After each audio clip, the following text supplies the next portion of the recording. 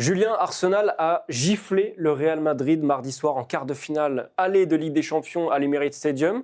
Est-ce que tu es surpris de cette défaite madrilène et surtout de son ampleur?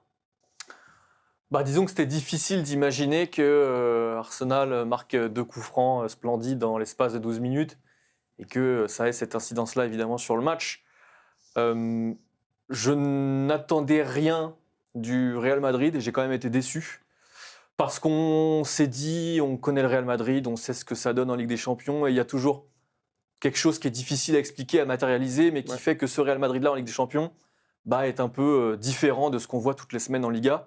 Là, ça n'a pas été le cas. On a vu un Real qu'on voit depuis plusieurs semaines, à savoir sans idée, sans véritable idée de jeu, sans idée directrice, sans liant au milieu de terrain, c'est d'une tristesse infinie. Ouais. Offensivement, Vinicius ne fait plus aucune différence. Enfin voilà, tout ce qu'on voit depuis plusieurs semaines en Liga, on l'a revu ce mardi soir en Ligue des Champions. Et finalement, c'est pas si surprenant que ce Real-là soit battu par Arsenal, qui est quand même beaucoup plus serein et avec beaucoup plus de certitude collectivement. Ouais, c'est un vrai condensé en fait de ce qu'on voit effectivement depuis le début de saison au Real Madrid, et même si on va un peu plus loin de ce qu'on voit du Real en Ligue des Champions ces dernières années, je trouve, où évidemment il y a le succès qu'on leur connaît, mais il y a quand même énormément de matchs, encore la saison dernière, énormément de confrontations à élimination directe qui passent par des trous de souris. Je pense même à des matchs contre Leipzig où c'était vraiment pas convaincant. La dernière en date, la qualification contre l'Atlético Madrid, ça se joue quand même à un tir au but annulé dans un contexte complètement fou de Julián Alvarez. Et effectivement, il y a quand même quelque chose qui est frappant, mais on le savait un petit peu, c'est que si ce Real-là n'est pas porté par cette chose un petit peu inexplicable qui le porte en Ligue des Champions ou par ses individualités, et généralement c'est un petit peu lié, il n'a pas la force collective, la fluidité collective pour faire mal dans ces matchs-là. Et c'était vraiment criant mardi, c'était l'opposé d'Arsenal. Arsenal à qui il manquait vraiment beaucoup d'individualité, au moins une forte en attaque, à savoir Kai Havertz, et qui compense par une force collective. Même Kivior, titulaire en défense centrale, on pouvait être un petit peu inquiet pour les Gunners en début de match. On l'a été un petit peu. On l'a été un petit peu, il faut bien le dire.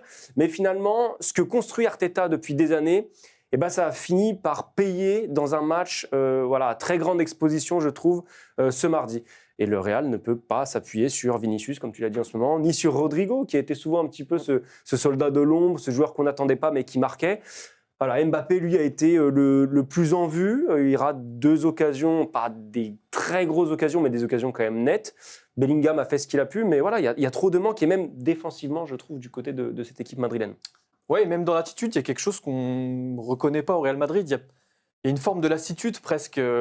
On a toujours vu ce Real Madrid un petit peu à réaction quand il encaissait un but, etc. Là, il ne s'est absolument rien passé après le premier, deuxième ou troisième but. Et j'ai l'impression qu'il y a même une rupture un petit peu tactique avec Carlo Ancelotti où vraiment le Real navigue un petit peu à vue en espérant que son expérience, que son vécu en Ligue des Champions lui permettent d'aller loin. Là, j'ai peur que ça s'arrête. Il y a une chose qui est sûre, c'est que l'absence de Toni Kroos depuis qu'il a arrêté se fait énormément ressentir. Quelque chose qu'on voit peut-être un petit peu moins, mais l'absence de Dani Ceballos fait aussi beaucoup de mal parce qu'il a été vraiment important au cœur de la saison du Real dans la fluidité du jeu. Mais ce qui me rend un peu plus optimiste pour le Real quand même, c'est que Carlo Ancelotti, il n'a pas l'effectif le plus profond de tous ces quarts de finalistes, mais il a quand même des solutions pour essayer de changer le visage de cette équipe. Endrick qui passe encore le match sur le banc, alors qu'il est performant à chaque fois qu'il joue, est-ce qu'un jour il va avoir le droit à plus de temps de jeu pendant que Rodrigo et Vinicius n'influent plus sur le match? Est-ce que Arda Güler, est-ce que Brahim Diaz vont avoir le droit à plus de temps de jeu? C'est des joueurs qui ont été décisifs. Donc Carlo Ancelotti, il a les armes, il faudra voir s'il a le courage de les mettre en avant et de laisser des plus gros statuts sur le banc. Et puis surtout, pour finir, il y a une certitude, c'est dans la tête. On a entendu la réaction des joueurs. Eux continuent d'être confiants, eux continuent de penser qu'ils sont capables de se qualifier. Et peut-être que dans une semaine, on sera un petit peu ridicule.